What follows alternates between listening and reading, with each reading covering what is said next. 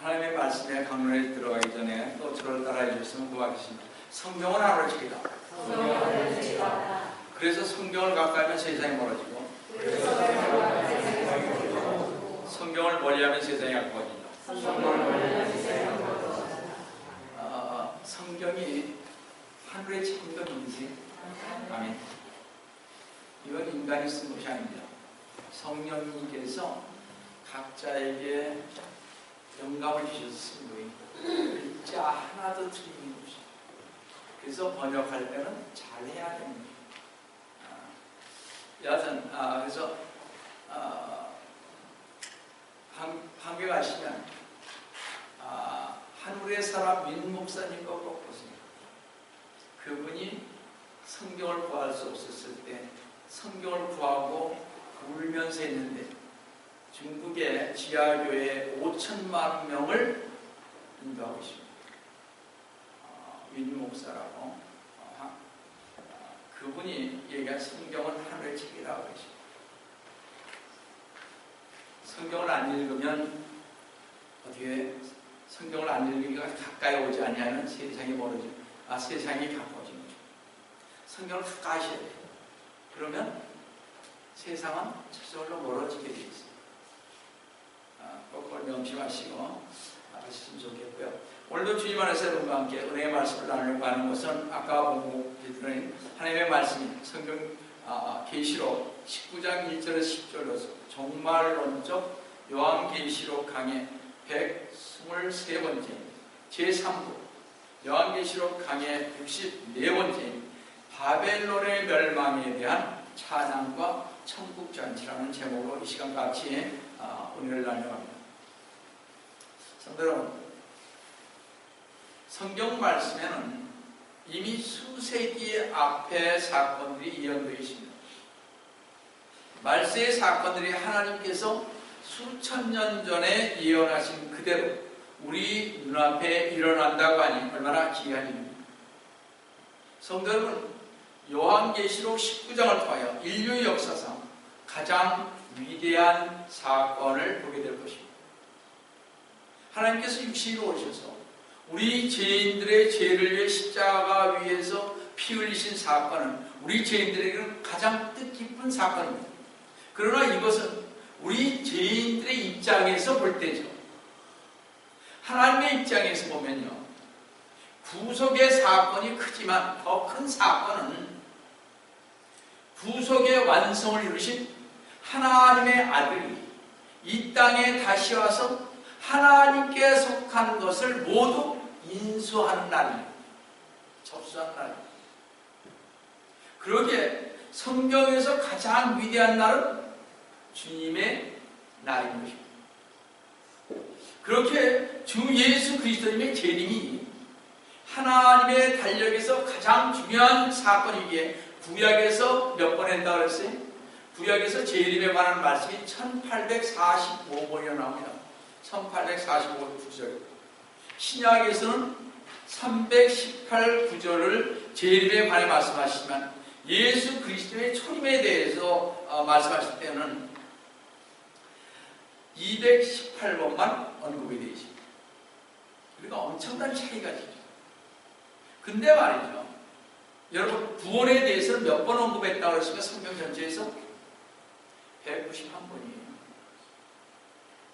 여러분 재림의 관계에 대해서 구약에서는 1845. 여러분들 구약의 선지서들은 전부 다 주님의 재림에 맞춰져 있습니다. 그거를 이상하게 설명을 해서 그러십니다. 신약에서만 318절 구절입니다.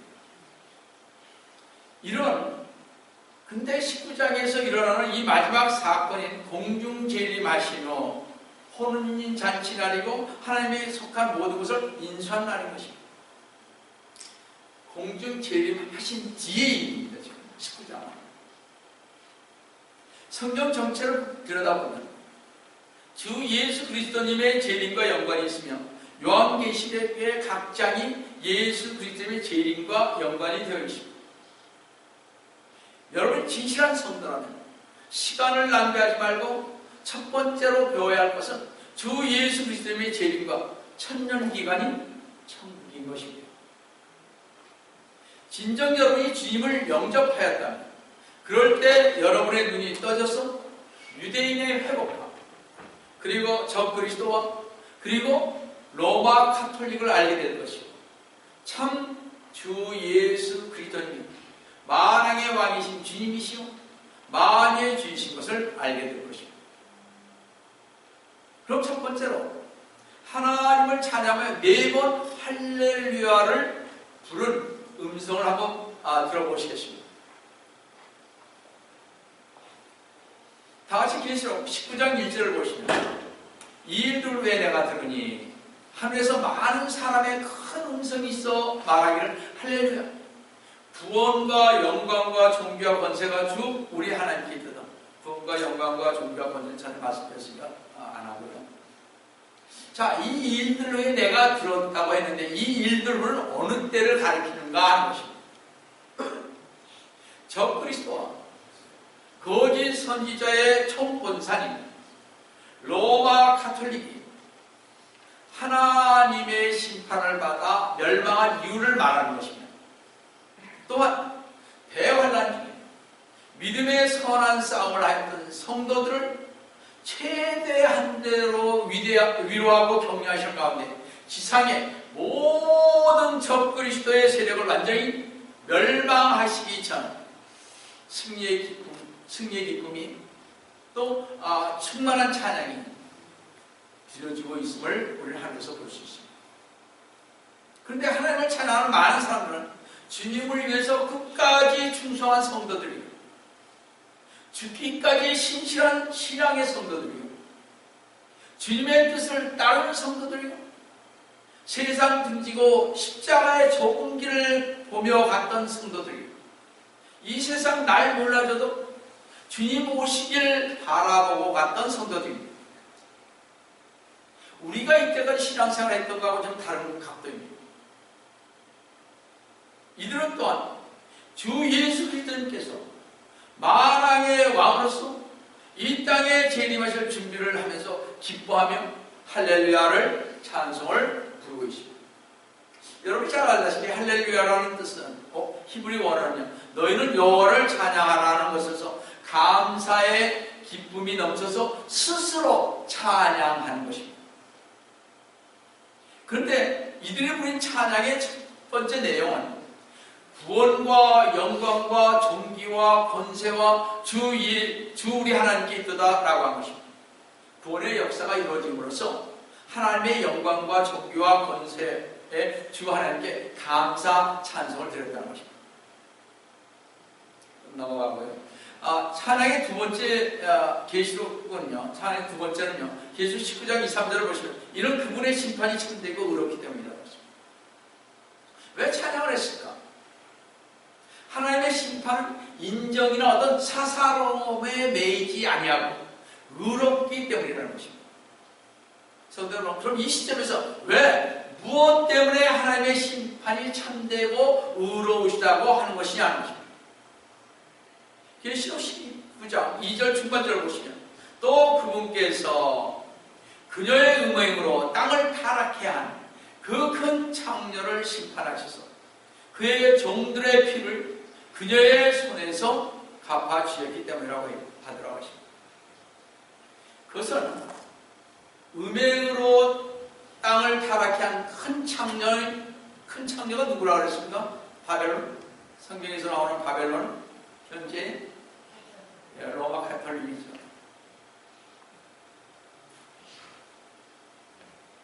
음행으로 땅을 타락케 한 큰 창녀인 로마 카톨릭을 심판하시어 하나님의 공의를 나타내시고 하나님의 종들의 피를 흘리게 한 로마 카톨릭의 벌을 내리셨기 때문입니다.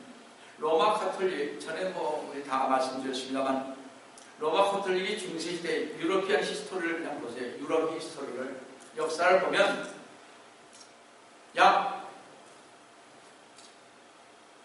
5천만에서 6,800만을 죽였습니다. 인구의 거의 반을 죽였습니다. 로마 카톨릭. 얼마큼 잔인하게 죽였는지 여러분 히스토리를 한번 보세요. 뭐 그냥 나와 있는 미국 역사책에도 나와 있고 유럽 역사책에도 나와 있으니까 뭐 이건 거짓말이 아닙니다. 자, 로마 카톨릭의 멸망을요, 계시록 19장 3절 보시면 또 그들이 다시 말하기를 할렐루야라 하니 그녀의 연기가 영원 무궁토로 올라가더라. 제 사함을 받지 못한 교황을 섬깁니다. 로마 카톨릭 교도들, 이교도들, 거짓 기독교 종교인들이 불과 유황으로 타는 지옥 불못에 던져져 영원한 형벌을 받게 될 것입니다. 그리고 그 지옥의 고통의 연기는 영원 무궁토록 올라갈 것이라고 전에 계시록 14장 11절에서 말씀했는데, 왜냐하면 지옥불은 뭐예요? 결코 꺼지지 않는 불이라고 마태복음 25장 41절에 보시면요, 그때 왕이 왼편에 있는 자들에게 말하기를 너희 저주받은 자들아 내게서 떠나 마귀와 그의 천사들을 위하여 준비한 영원한 불 속으로 들어가라고 했기 때문에 지옥은 끝이 없는 영원한 형벌이 있는 곳이기에 영원토록 고통을 당하는 것입니다. 자, 지옥이 어디 있습니까? 지금 현재는 이 땅이 밑에 있죠. 나중에 지구가 불타면서 불못이라는 것을 하나의 행성을 만들 것이 거기에 이제 다 집어넣는 것입니다. 이제 성경을 보시면 나오고요. 자, 찬양하는 세 번째는요, 계시록 19장 4절을 보시면 그때 24장로와 4장 짐승이 엎드려 보좌에 앉으신 하나님께 경배드리며 말하기를 아멘 할렐루야라고 합니다. 수많은 사람들이 하나님을 찬양했습니다. 24장로가 누굽니까? 12지파와 12사도를 가리킨다고 그랬죠. 4 짐승이 화답을 했습니다. 아멘 할렐루야를 외쳤습니다. 아멘이라는 뜻은 진실로 참으로라는 뜻으로 전적으로 내가 동의한다는 그런 의미입니다. 따라서 아멘 할렐루야라고 24장로와 4 짐승이 찬양한 것은 전적으로 수많은 사람들의 하나님에 대한 찬양에 동의하는 것입니다. 여기 짐승이라고 그러니까 이건 짐승 아니에요. 우리가 성경에서 번역할 때 그렇게 얘기한 겁니다. 예수님을 보좌하는 구급 천사니 이런 천사들을 가리키는 것입니다. 전에 말씀드렸으니까 넘어가고 천사에 관해서는. 자, 그리고 보좌에 음성이 들렸는데 계시록 19장 5절 보시면 그 보좌에서 음성이 나서 말하기를 너희 모든 그분의 종과 작은 자나 큰 자나 그분을 두려워하는 너희는 우리 하나님을 찬양하라고 하더라고요. 보좌에서 나는 음성은 하나님을 두려워하는 사람들에게 주신 음성인 것입니다. 여러분, 우리 개혁 성경에는 경외라는 말을 썼습니다. 경외하니까 우리 한국 사람들이 하나님을 무서워하지 않습니다. 근데 여러분들 이스라엘 사람 한번 만나보세요. 유대인들 하나님 말 안 씁니다. 여호와라는 말 자체를 안 씁니다. 지금 그래요. 근데 한국에서 경외라는 말을 쓰니까 하나님을 이렇게 우러러보고 좀 그런 거 있잖아요. 경외심. 아니요. 영어를 보시면 fear, 두렵고 떨리는 거예요. 언제 죽일지 모르고 그런 말입니다. 그러니까 이게 어감이 다르니까 유대인들은 그걸 가지고 떠는데, 그래서 그런 말을 함부로 안 붙여서 아도나이, 주님이라고 부르는데 우리나라 사람은 툭하면 여호와 하나님 이렇게 부르고, 유대인들이 알면 큰일 날 일이에요. 두려움이 없으니까 우리 한국 사람. 여러분들이 그래서 우리가 여기 믿게 사는 게 얼마나 다행입니다. 저도 그렇고. 그래서 여러분들 영어 성경을 다 보세요. fear라고 다 했어요. 두렵고 떨리는 거지. 자, 많은 주님을 믿고 따르는 사람들은요, 지진, 홍수, 가뭄 등과 같은 천저지변을 두려워하면서도 하나님을 두려워할 줄 모르는데, 하나님을 두려워하는 것이 잠언 1장 7절을 보시면 주를 두려워하는 것이 지식의 시작이거늘 어리석은 자들은 지혜와 훈계를 멸시하는 거예요.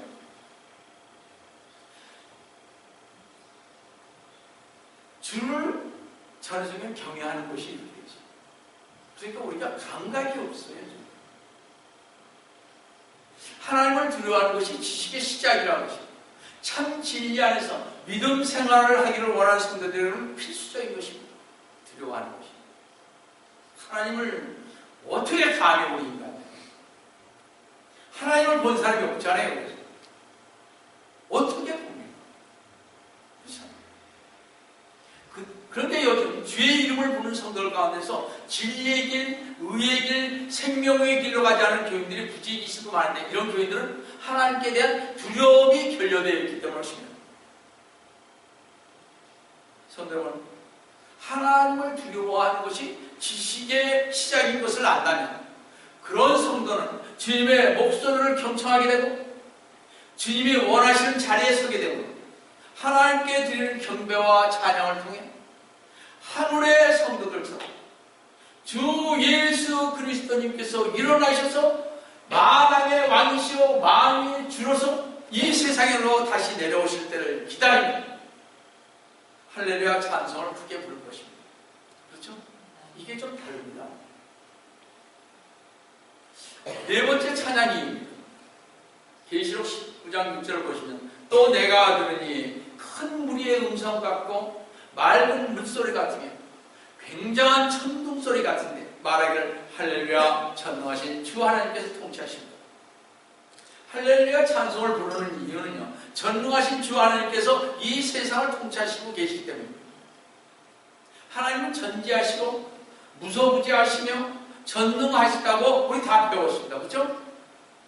이런 하나님께서 통치하십니다. 큰 바벨론 땅의 창녀들과 가증한 것들의 어민 로마 카톨릭의 멸망으로 이제 대박의 대7년 환란이 끝납니다. 이제 지금은 아마겟돈 전쟁만 남은 지금 이 설교에서 말이죠.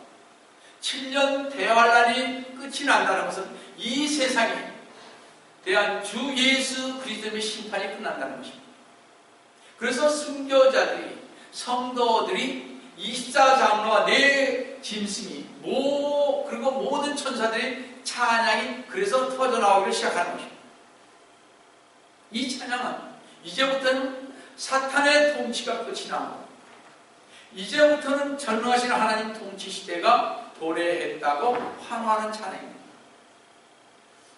천년왕국 때는 어떻게 돼요? 천국 때는 잠시 동안 무적에 전에 말한 대로 끝없이 깊은 구렁인데 무적행은 한시에서 나온 말이죠. 그런 곳에 잡혀 들어가 있습니다. 그래서 천년왕국 때는 그렇게 가식이 사람들이 없어져요.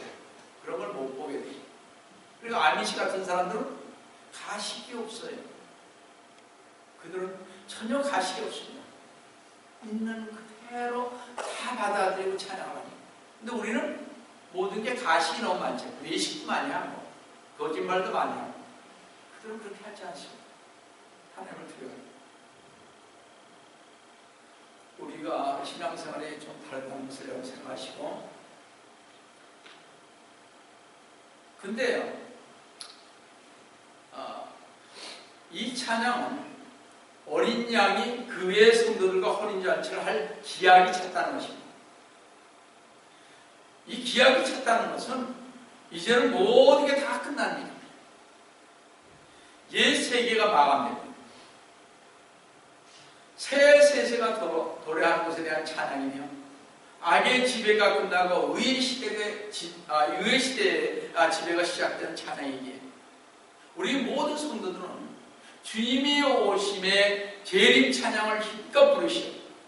주 예수 그리스도의 혼인잔치에 참여하셔서 마음껏 주님을 찬양하시고 속히 오리라 하신 주 예수 그리스도님의 이름으로 축원드립니다. 여러분 6.25 전에 손영원 목사님의 고대가를 한번 들어보세요. 60년 전에 그분은 주님을 기다리다 갔습니다. 물론 6.25 때 납북당해서 총에 맞아 순교하셨지만 그런 분은 없었죠. 근데 60년, 1950년이니까 지금 60년, 70년 됐죠, 그죠? 70년 전에 그렇게 부르셨거든요. 주님을 기다립니다. 한번 가보세요. 그런 사람만이 주님 앞에 숨겨 주십니다. 재림을 기다리는 사람. 그래서 세상 영화 보려고 하면 숨겨 못합니다. 두 번째로 어린 양의 혼인잔치를 한번 보겠습니다. 계시록 19장 7절 잘 보시기 바랍니다. 기뻐하고 즐거워하며 부부께 중들을 돌리세. 이는 어린 양의 혼인식이 다가왔고 그의 아내도 자신을 예비하였습니다. 성도들, 오늘 이 어린 양의 혼인잔치는 우리 성도들의 축복과 영광스러운 혼인식인 것입니다. 주 예수 그리스도의 십자가 속죄 사역의 극치를 이루는 것은 교인인 성도들과 주 예수 그리스도님의 혼인식입니다. 그렇죠? 그래서 기뻐하고 즐거워하라 그랬죠. 그러므로 우리는 혼인식이 거행되기 전에 일어날 가장 큰 사건이요, 우리의 소원인 창녀교회인 바벨론, 즉 로마 가톨릭이 멸망하는 것입니다. 주 예수 그리스도를 믿음으로 어렵게 하는 대신 거짓 교리, 칠성례와 같은 구원의 수단을 제시하여 수천만을 학살한 창녀교회가 멸망되고 불에 타야 할 것입니다. 꼭 보세요. 우리 저기 젊은 두 분은 유럽의 리스트를 꼭 보라고 전해주세요. 얼마만큼의 만행이 저질러졌는지, 히틀러가 왜 그렇게 했는지 우린 다 알지만, 저는 주님의 제일의 시간이 빨리 오기를 기도합니다. 계시록 17장 5절에 신비라 큰 파벌이 땅의 창녀들과 가증한 것들의 어미라고 하십니다. 큰 바벨론이 누구라고요? 로마 가톨릭이라고 하십니다. 땅의 창녀들 가증한 것들의 어미입니다. 계시록 18장 2절에 큰 바벨론이 무너졌도다 마귀들의 거처가 되었고 온갖 더러운 영의 소굴이요 모든 더럽고 가증한 새의 소굴이다 라고 하는 로마 가톨릭이 멸절되기를 희망합니다. 주 예수 그리스도님께서 빨리 오시기를 열망합니다. 성도 여러분, 기뻐하시기 바랍니다. 즐거워하시기 바랍니다. 계시록 19장 7절에서 어린 양이신 주 예수 그리스도님께서 혼인할 기약이 다가왔고 그 아내가 될 교인인 성도가 자신을 예비하였다고 하십니다. 이것은 주 예수 그리스도입니다. 교회가 그동안 영적으로 연합되어 있던 상태를 벗어나 이제는 부활, 신령한 몸을 씁니다. 완전한 연합을 이루게 될 때가 되었다는 겁니다. 구원받은 성도들의 수가 다 찼다는 것을 보면 주님이 순교할 자가 다 찰 때까지 기다리라고 했잖아요. 그죠? 이제 이때는 다 찼다는 것입니다. 여러분, 1년에 요즘 몇만 명이 순교한다고요? 세계에서 15만 명이 순교하고 있습니다. 우리는 순교 누가 해요? 미국에서 아마 순교하는 사람 없을 것 같아요. 한국에서도 순교하는 사람 없을 것 같아요. 세계는 15만 명이 순교하고 있습니다. 그러니까 우리는 정말 편안한 신앙생활 하는지도 모릅니다. 주 예수 그리스도님과 교인인 성도들과 하는 잔치는 지난 2000년 동안 주 예수 그리스도를 믿다가 죽은 성도들의 부활과 살아있는 성도들도 눈 깜짝할 순간의 변화를 통하여 공중에 재림하시는 주 예수 그리스도님께 끌려 올라가 혼인잔치가 있는데, 이 혼인잔치 기간은 지상에서 7년 태환란이 지는 동안에 공중에서 7년간 이루어질 것입니다. 성도 여러분, 우리가 분명히 알 것은 주 예수 그리스도님께서는 우리가 주님을 처음 믿었을 때 우리 안에서 우리 각자와 약혼을 했죠. 약혼했습니다. 우리. 그래서 우리 주 예수 그리스도님께서는 우리와 헤어지기를 원치 않으시며 또한 주님과 우리는 헤어질 수가 없습니다. 성도 여러분, 주님은 여러분과 저를 부르셨다는 것을 기뻐하시길 여러분 바랍니다. 지금 우리는 주님과 약혼 중에 있지만 곧 결혼할 것을 기대하셔야 하는 것입니다. 이게 성경적이에요. 우리의 목적지는 이 세상에 있는 것이 아닙니다. 혼인식 날은 교회의 몸이 완성되고 완전해지기에 진정한 교회는 지금 만들어져 가고 있는 것입니다. 혼인식 날. 신랑 되신 주 예수 그리스도님께서 우리를 주님의 나라로 데려가 주실 것입니다. 지금은 보이지 않지만 적과 꿀이 흐르는 해도 지지 않은 축복된 집에 거하게 될 것입니다. 혼인식은 주 예수 그리스도님을 믿는 모든 성도들이 결코 끝나지 않을 영생의 축복으로 들어가는 날입니다. 이날은 반드시 올 것입니다. 모든 투쟁과 위험과 심판이 끝나는 멸관과 영광의 때요, 그리스도님의 의 안에서 지극히 높으신 이의 영광과 같은 영광을 취하면서 영원히 주님의 아내로서 우리는 주님과 하나가 될 것입니다. 그러므로 주님은 약혼자인 성도들이 이 세상에 살 때 계시록 16장 8절에서 뭐라 그랬습니까? 이제 그녀에게 허락하사 정결하고 흰 세마포를 입게 하셨으니 세마포는 성도들의 의라고 하더라고요.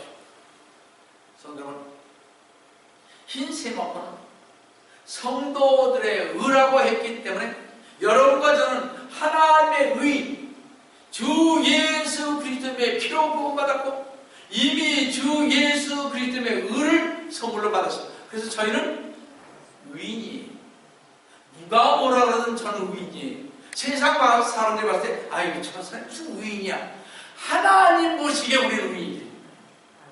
그래서 우리는 다른 거예요. 주님 앞에 하나님 보시기에 우리는 의인이라니까요.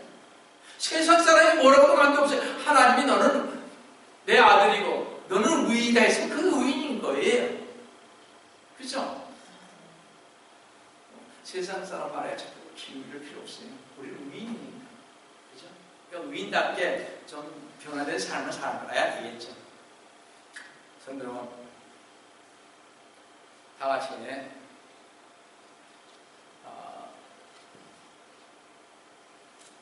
스가랴서 3장 4, 5절을 보십시오. 주께서 자기 앞에 서 있는 자들에게 대답하여 이런 말씀하시기를 그에게 더러운 옷들을 벗게 하라 하십니다. 여기서 옷은 더러운 옷이요 죄로 더럽혀진 것을 말합니다. 자, 벗기라 하시고 그에게 말씀하시기를 보라 내가 내게서 내 죄악을 져야지. 내가 옷을 받고 너를 입히리. 죄로 더럽혀진 옷을 벗기고 옷을 받고 입힘은 주님의 용서, 용납, 그리고 특권의 위치로의 회복을 상징하는 것으로서 여호수아의 제사장직을 회복했던 것과 같이 우리도 회복시키는 거죠. 그래서 5절에 뭐라고 그랬냐면 스가랴서 3장 5절에 내가 말하기를 그들을 시켜 그의 머리 위에 아름다운 관을 씌우게 하소서 하였더니 그들이 아름다운 관을 그의 머리 위에 씌우고 그에게 옷을 입으리. 그리고 주의 천사는 곁에 섰더라 하십니다.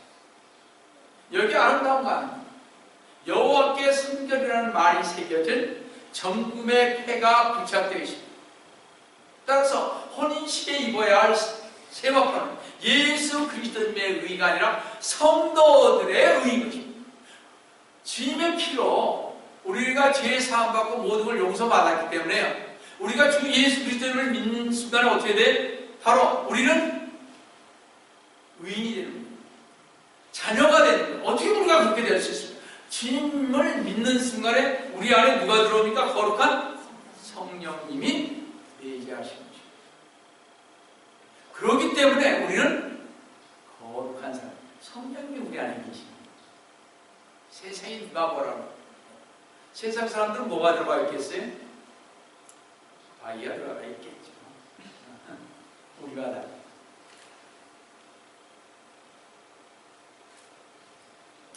그러므로 이 세마포는 우리가 구원받은 이후 우리의 선한 행위로 쌓는 의미인 것입니다.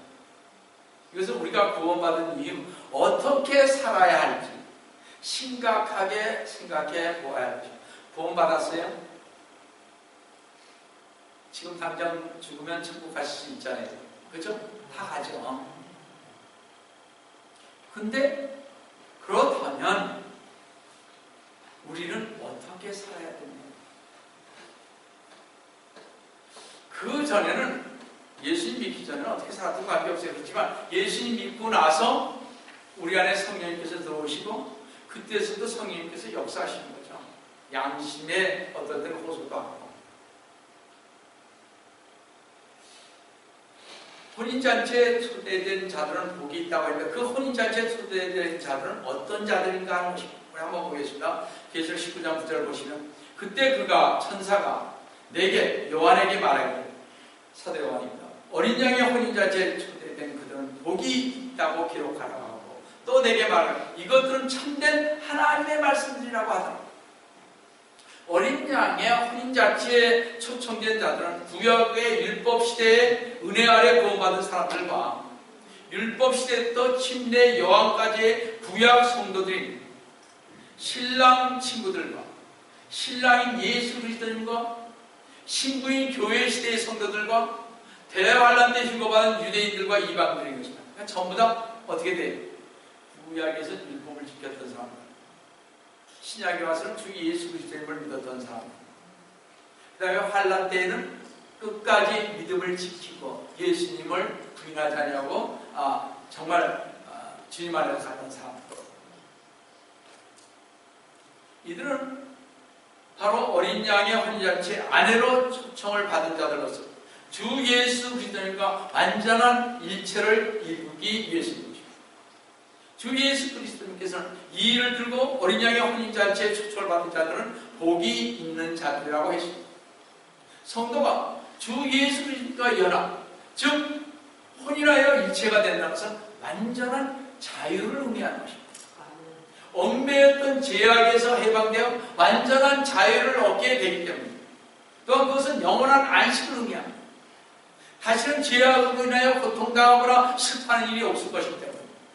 이 모든 것들은 주 예수 그리스도님 안에서만 얻을 수 있다는 최상의 복인 것입니다.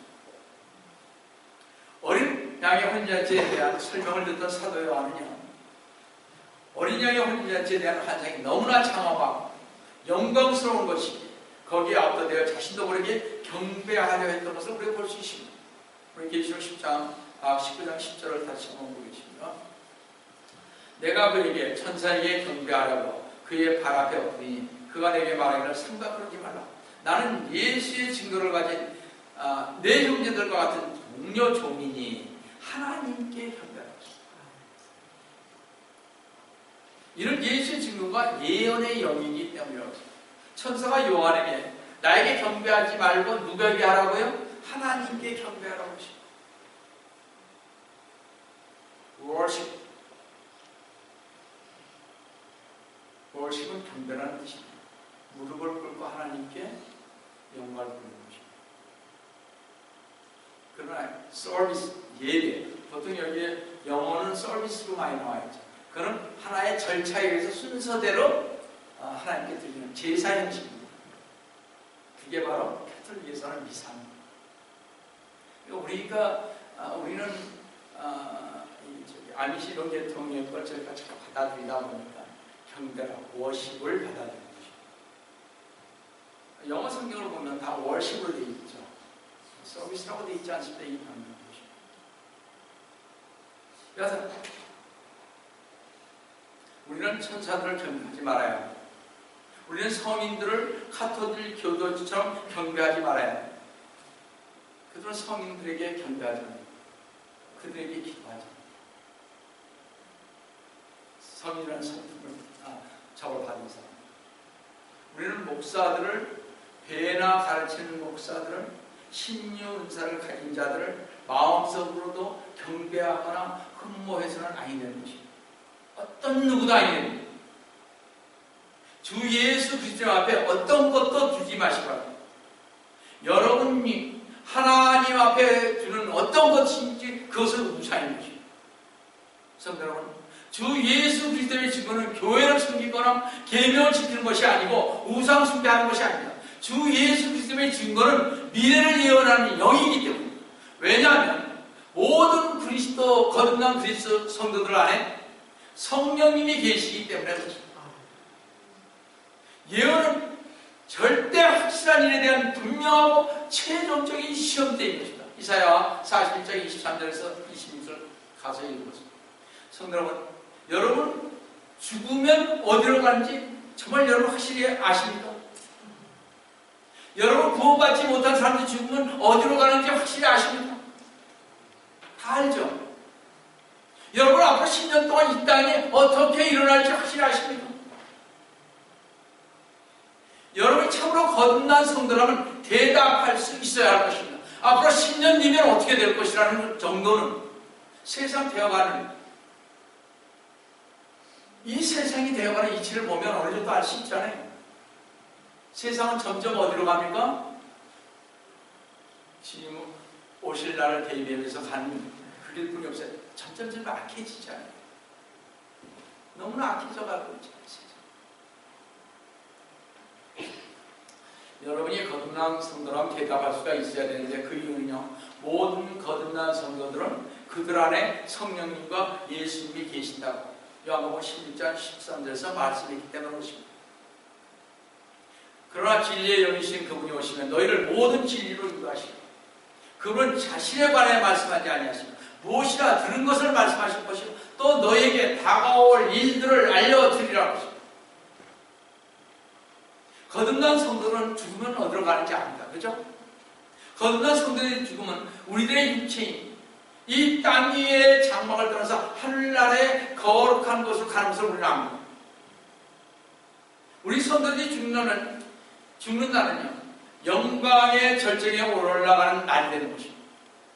곧 죄와 슬픔과 고통과 실망, 괴로움과 고난의 세계를 떠나서 보다 더 훨씬 좋은 세계, 거룩하고 복된 세계, 행복과 자유와 완성의 세계, 그리고 하나님과 더불어 교제할 수 있는 영원한 세계로 들어가는 복된 날인 것입니다. 그걸 기다리셔야 돼요. 그때 재림을 기다리지 않는다니까요, 지금요. 교회에서 재림에 관해서 얘기를 하지 않는다는 거예요. 그저 이 세상에 잘 먹고 잘 살려, 그것만 가르칩니다. 또 도덕적으로 이거 하지 말라 저거 하지 말라만 가르친다. 그거 전에 주님의 재림을 가르쳐야 됩니다. 그것을 선포해야 하는 거예요. 그러면 우리가 깨끗하지 말라고 해도 재림 기다리는 사람은 깨끗해져요. 안 하려고 그러니까. 그렇잖아요. 고린도서 5장 8절 한번 보면 마치겠습니다. 우리가 자신의 차있으니 정령 몸에 있었거나 주와 함께 있는 것을 오히려 원합니다. 몸에서 떠나 주와 함께 있는 것을 오히려 원합니다. 우리는 언제든지 주님께서 부르실 때는 기쁨으로 육신을 떠나 오직 주 예수 그리스도님 한 분만이 우리의 혼을 책임을 지시고, 주님께 가기를 주저하지 마시고 항상 우리는 떠날 준비를 해야 합니다. 왜 우리가 주님께 가기를 준비해야 하는지 아십니까? 우리는 죽으면 어디로 가는지, 어떻게 거기에 가는지, 가면 어떤 일이 있는지, 어떻게 될지를 아는 것인데, 그것은 우리 모든 성도들이 주 예수 그리스도님의 증거를 지녔기 때문에 그렇습니다. 우리는요, 우리 안에 예수 그리스도의 흔적이 있어요. 있습니다.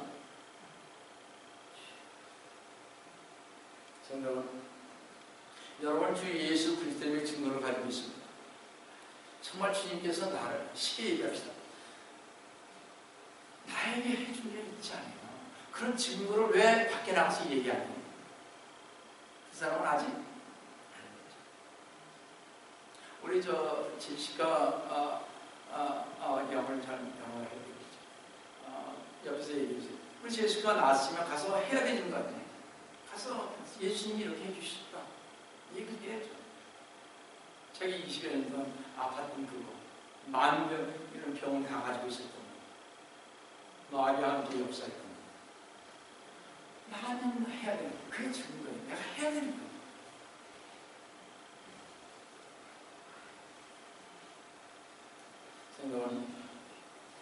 성도 여러분이 주 예수 그리스도의 증거를 가졌다면요, 자신의 미래를 알 것입니다. 그래서 우리는 어디로 가는지 알아요. 죄악으로 죽을 수밖에 없는 우리를 하나님께서 값없이 주시는 은혜로 구원을 얻었으며, 십자가에서 올리신 주 예수 그리스도의 어린 양의 피로 죄의 악을 씻음받았기에 우리는 거치나 속히 흠이 없게 되는 것입니다. 우리는 이제 아름다운 거룩함으로 덮여져서 신랑이신 주 예수 그리스도를 기쁘게 할 수 있습니다. 그냥 우리는 주님의 보혈의 피로 죄사함을 받았습니다. 성도는 가장 고귀하고 영원한 연합인 어린 양의 혼인식의 아내로서 준비를 여러분이 하셨습니다. 정결하고 흰 세마포를 입은 단정한 옷을 입고 신랑이신 어린 양의 아내로서 준비가 되셨습니다. 이 어린 양의 혼인식의 축복을 꼭 붙잡으시고 주님 앞에 가는 그날까지 하나님의 은혜로 여러분의 목적지가 어린 양의 혼인잔치에 참여하시기를 속히 오리라 하신 주 예수 그리스도님의 이름으로 축원합니다. 사랑의 하나님 아버지, 주님 오늘 진심으로 감사를 드립니다. 주님께서 저희들에게 말씀하신 그대로 주님께서 오심을 알고 저희들 주님 오심을 소망하며 하는 그러한 저희들이 될 수 있도록 주님 늘 역사해 주시옵기를 원합니다. 오늘도 주님께서 저희와 함께 해주심을 감사하며 주님을 받도록 하는 기도 드립니다.